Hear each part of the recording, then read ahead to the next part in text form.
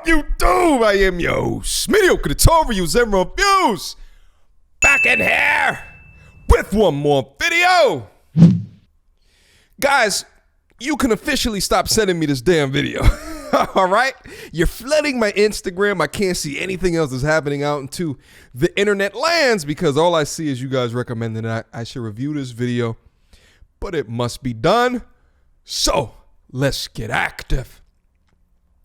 Shout out to my favorite reaction channel amongst the entire YouTube land. You guys got to understand this. Before I was a YouTuber, I was a YouTube watcher.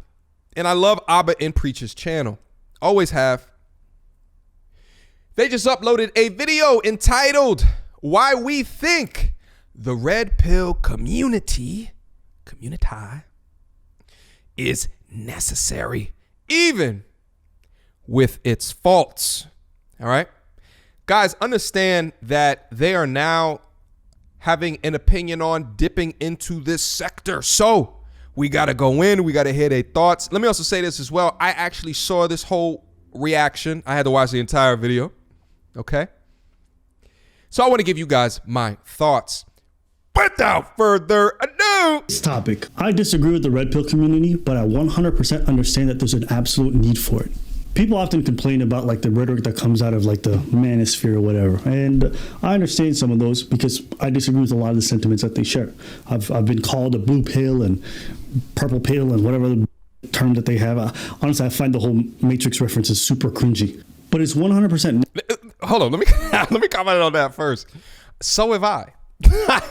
so have I. I would say this, and I'll say this as a content creator that kind of came up relatively organically within the space, is that one of the hardest climbs I would say would actually be within this sector. It'd be one of the hardest climbs because you're hitting men with content which, if you don't agree wholeheartedly into all of the frameworks that they're used to hearing, you will get clear and utter disruption from them. And that's what I experienced my whole first 6 months to a year. I mean, all in my comments, simp this, blue pill that, all of this.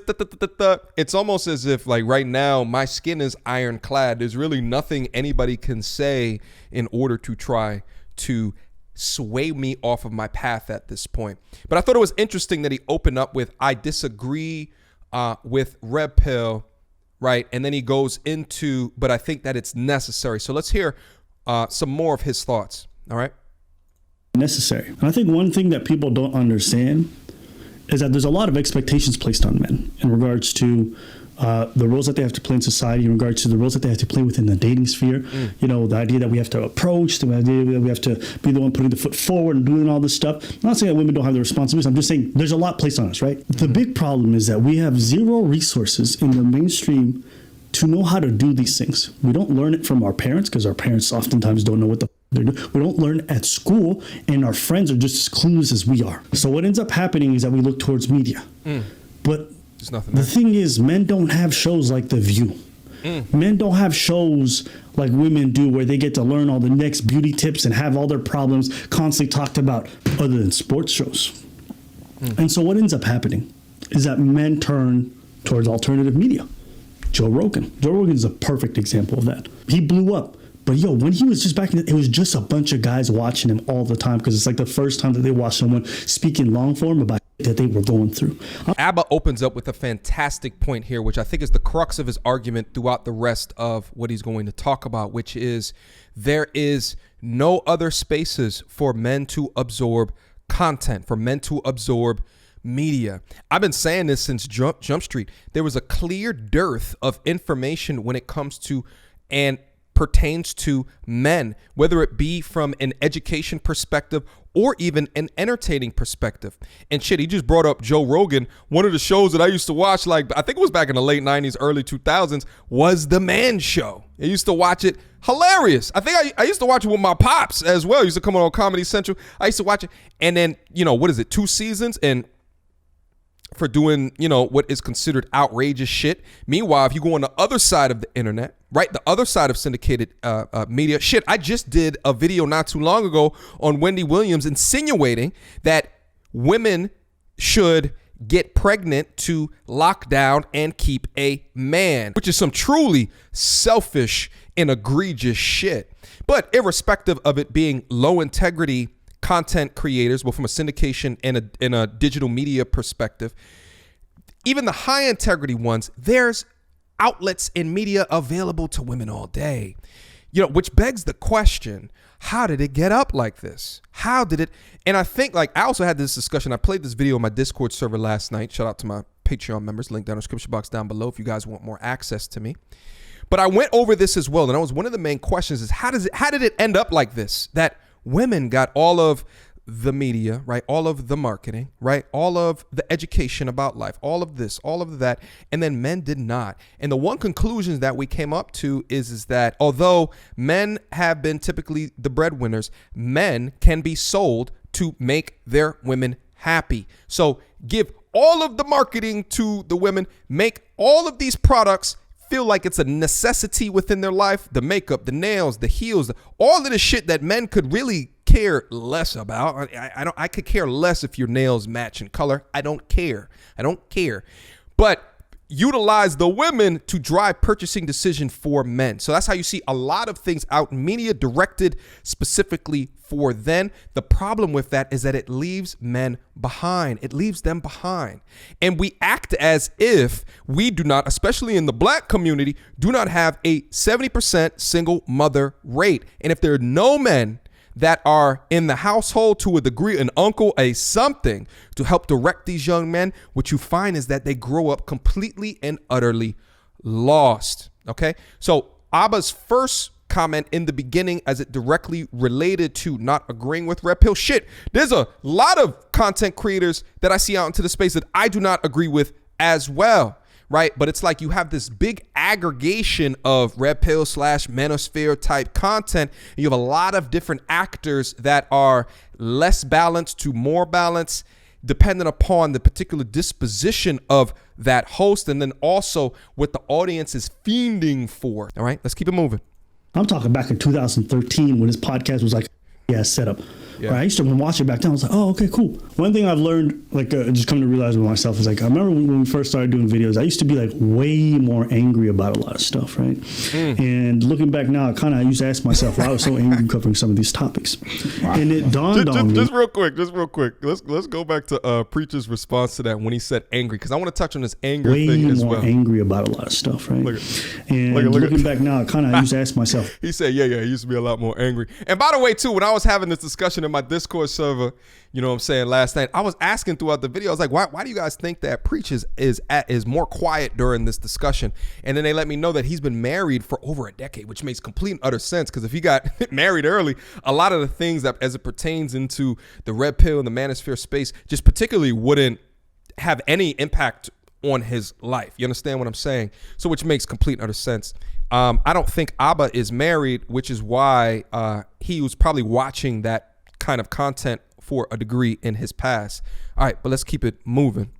I was so angry covering some of these topics. Wow. And it dawned on me that for so long I've been having lived experiences with women that were either negative or super toxic. And when I would bring this up to people around me, they would gaslight me, or they'd be like, well, as a man, that's not a real thing. So, right, whether it be being hit, whether it be women doing weird stuff, saying terrible things. And I'm like, just the lack of accountability that society seems to place on women in those kind of scenarios threw me for a loop. I couldn't believe it. And so I used to build up a certain level of resentment to the idea, they can just get away with this. And that we just constantly reinforce these ideas, right? And I would look towards media and I would watch, shows like, I'm pretty sure it's The View. I can't remember what it was, but a girl just talking about cutting off a dude's penile and throwing it in garbage dispenser. And everyone laughs and claps. I don't know the circumstances. I don't know why he filed for divorce. I don't know what was going on between them. However, I do think it's quite fabulous. I mean, can you just imagine that thing whizzing around the disposal? It's hysterical. Laughing, disgusting. But however, I think I would have just, depending on why she cut it off. It does depend on the reasons why. Does it? Oh, yeah. Oh, yeah. Disgusting. She's on the TV for the next couple. Imagine a dude getting on a round table and everyone laughing about a girl's pieces getting cut off down there. Never would happen. And I would constantly see this reinforced in media where women could touch dudes, grope them, do whatever they want, where they could hit dudes, and it's very popular and it's fine. But then anything that happens to us, we're just supposed to endure it because we're men. And over time, I used to get annoyed with like a lot of this stuff that was just commonplace. And you know, the crazy thing is, these women weren't bad people. They weren't people that were like extremely malicious, but they're raised in an environment that's told them this kind of stuff is acceptable. Yep. So you're talking about the norm.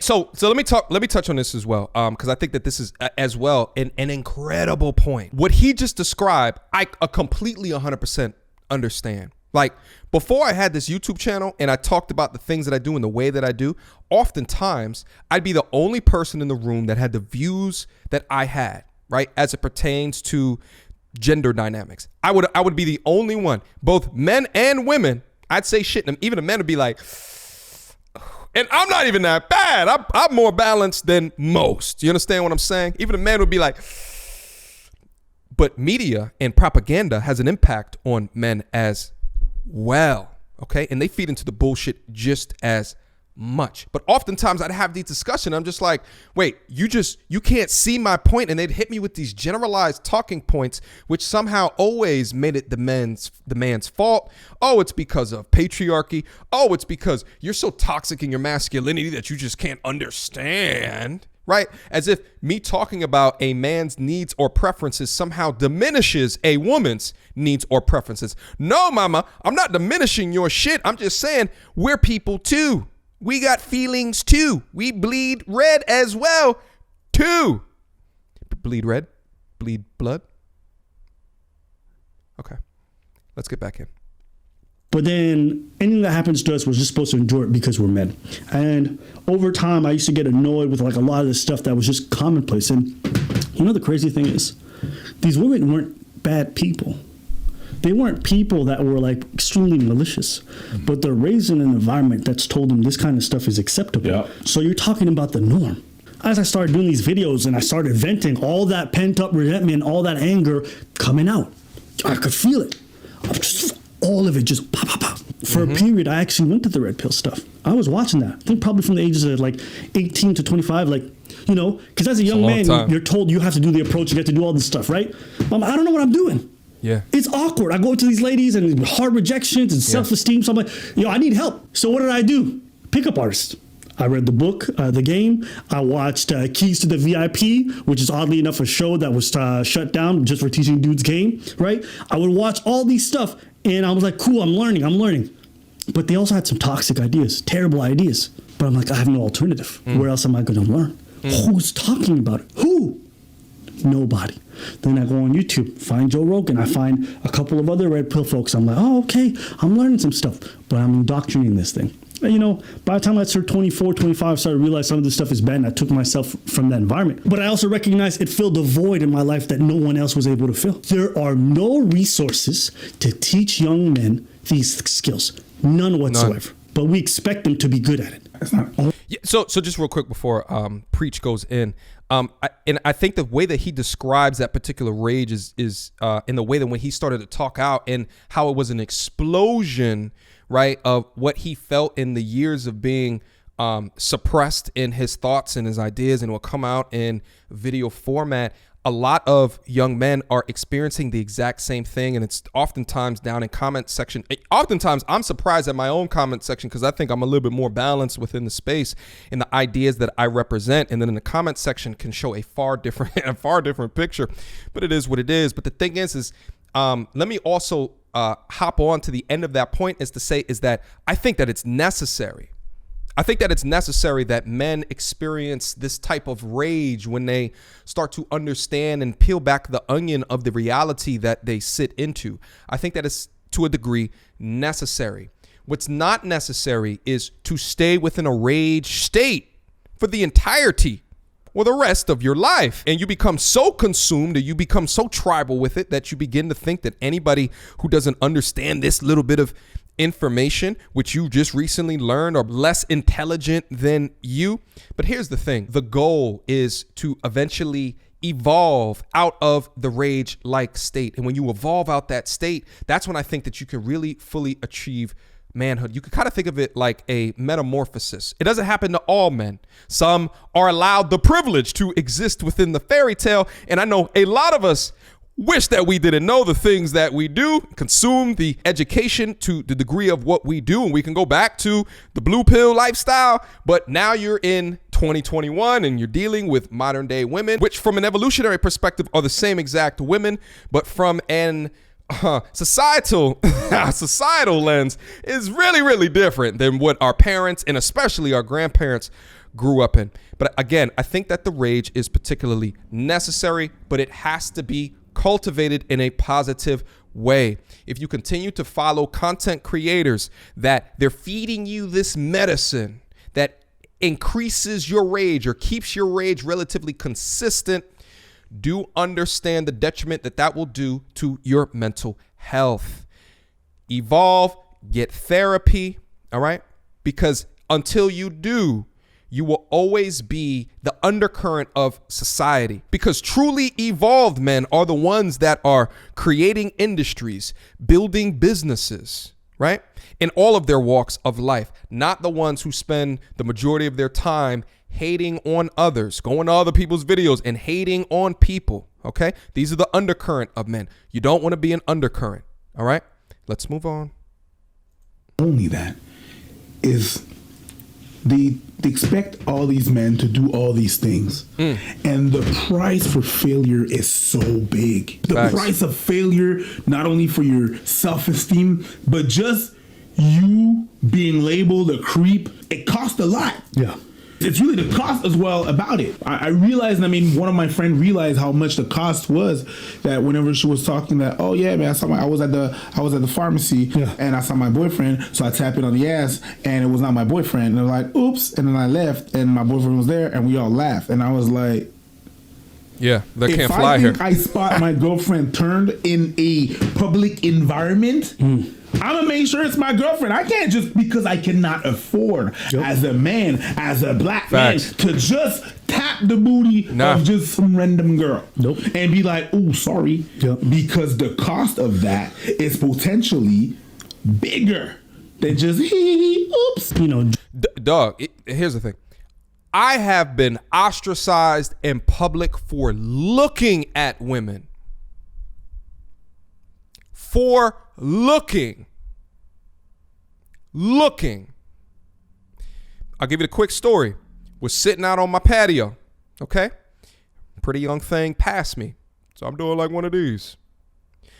Another woman, not even associated with her, as I'm looking, I hear from behind me on the side, why are you looking at her like that? Angry, and walked away shouting all these expletives. See, this is the shit that I be talking about. That's why I hate men, all of the shit like this. For looking. Imagine if the roles were reversed. Do men ostracize women for looking at men? It's completely absurd, but that's where we live right now. That's where we live. So you got to think, you got to understand from a man's perspective, okay? If you get ostracized for shit like that, what makes me then feel comfortable in talking to random women, to being the hunter, right? In a situation to try to get someone's number. Listen, you got to chill to a degree, right? And it's almost as if you have to make people sign names on dotted lines. You got to put up waivers before coming over. It seems like you got to do shit like that nowadays because you just never know. But I digress. Kind of off point, but let's keep going. Jordan Peterson comes on the scene and he says to men, clean your room. And he turns into this huge sensation. And a lot of people just don't understand, especially when they're like, what is so poignant about this? And I'm like, do you not recognize that men were so much in need of that kind of stuff about telling them to take responsibility for their own lives and how to do it, that they turned to just even that simple piece of advice became so important? Facts. Do you not understand that there's such a need for dudes to have their issues addressed? It's not to say that women don't deal with a lot of terrible stuff. And I agree with you. If you want to say that you are more disadvantaged, I would probably agree with you. But people don't live on a macro scale. I do not live as a black man thinking about all black people all the time. I'm thinking about my personal experiences. I'm walking through life. So when you go up to a man and you say your opinions are invalid and your issues are invalid because women suffer more, well, on a macro scale, I could understand what you're trying to say. But on a micro scale, which is how most people assimilate their experiences, I'm like, well, you're just telling me I don't matter. Yep. You're telling me my problems don't matter. So then I'm going to turn away from you. And then love to jump in. They'll be like, we as a community have created environments where men stop lying. First off, when you go in those environments, they start looking at you like, you better keep quiet, say only the right things, and say the right way. That's not inviting. That's not appealing. So then men have turned towards men's circles to find people who understand them and speak the way that they do and resonate with their problems. So when you sit there from afar, you're like, man, this red pill community is trash. Well, great. I think it's great that you keep saying that, but here's the problem. What's the alternative? We can't be on TV talking about our problems because nobody cares and we'll get canceled. I've seen so many men's dude when I was from the early 2000s to like mid 2010, right? Just destroyed and taken off the air because they were toxic and unacceptable, right? But women's TV shows, they can go on for years. They can say the craziest stuff, the most foul things, fine for television. But we have no spaces like that. It's not even that you didn't present no alternative. I don't believe that it was for them to present them, but because they have their own issues. But when others presented other alternatives for other people, they got shut down. It's not so much it was like it's like it was your job to present something other. No, it's like asking for men to present alternatives for women. No, we don't know the reality, and you are better placed to know that. Wait, what are you talking about, Derek Jackson? Sure. But because Derek Jackson happened and was in line with what you're saying, you let him slide, right? But other people, you shut that down real quick. And I see this in my comment section too. And oftentimes when you see detractors come into my channel, what you say is, well, why are you always talking about women? Because we're men and we like to talk about women. That's why. And let me also talk about this as well as there's so many that focus in on why I, particularly as myself as a content creator, go over the types of content that I do, and I try to do a mix between bad behavior as well as accountability and things like that. And the fact of the matter is that I have to hit people, I have to hit men with content in a way to grab them as audience members. And what I mean to say is that sometimes you have to put a little medicine tablet within something that's structured like ice cream or a dessert, meaning that they think they're coming in for the salacious and the hellacious content, but then you insert the little medicine tablets all throughout the video that focus in on education, financial literacy, the importance of being able to spot out the bad actors that can have an influence in and around your life. Because I think one of the things that plagues men, especially within the black community, is being unable to diagnose toxic environments because they grew up in toxic.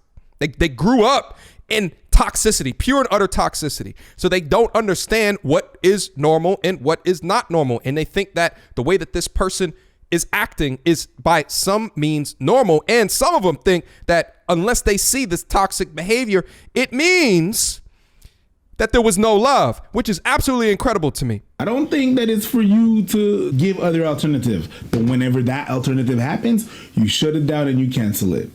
And then it just gets worse. What you do by doing that is that you create martyrs.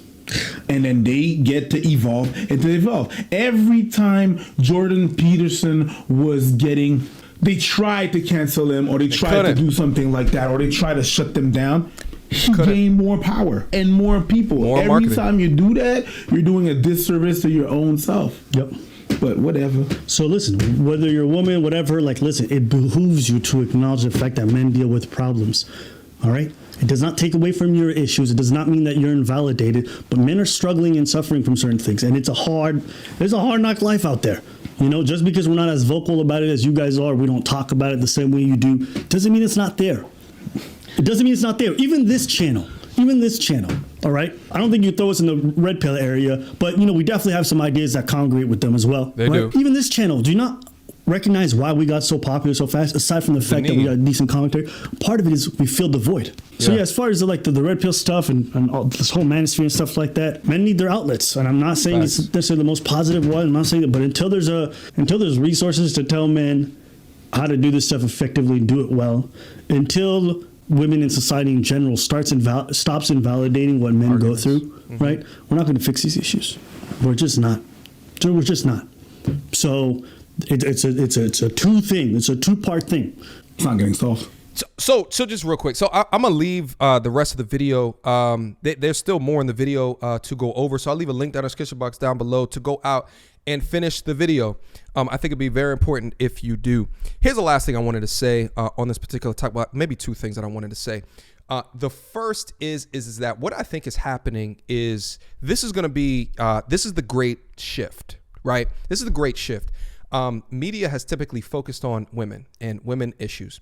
What's happening on YouTube, and I think it's exclusively happening on YouTube, okay, because #2 search engine in the world, so it can happen here on YouTube, is you see this explosion in manosphere content. You see this explosion, right? I would love to know what Kevin Samuel's inbox, his email inbox currently looks like. I bet you he gets an absurd amount of offers for him to give up his YouTube channel and come on a syndicated network, right? After all of the shit went viral and it pushed him into a degree of mainstream. I bet you. And here's where it's going to happen. I see syndicated TV and media starting to say, oh, hey, look at this. I think it is profitable to focus on men and men issues and see what men want to talk about outside of sports shows. I think this actually might be.